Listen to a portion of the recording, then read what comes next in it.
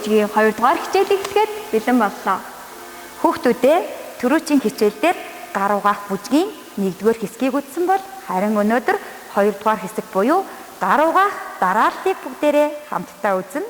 Харин өнөөдөр энэ гар угаах дараалтыг хүүхдүүд та нарын мэддэг Монгол дуун дээр дуулаад бүжиглэнэ. За ингээд бүгдээрээ гар угаах дарааллаа сурцгаая.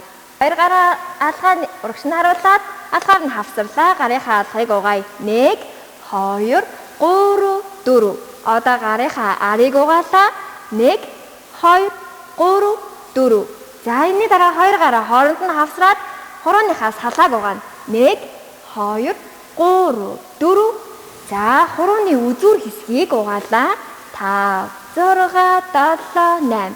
За хурууныхаа бүх салаануудыг угаалаа. 1, 2, 3, 4.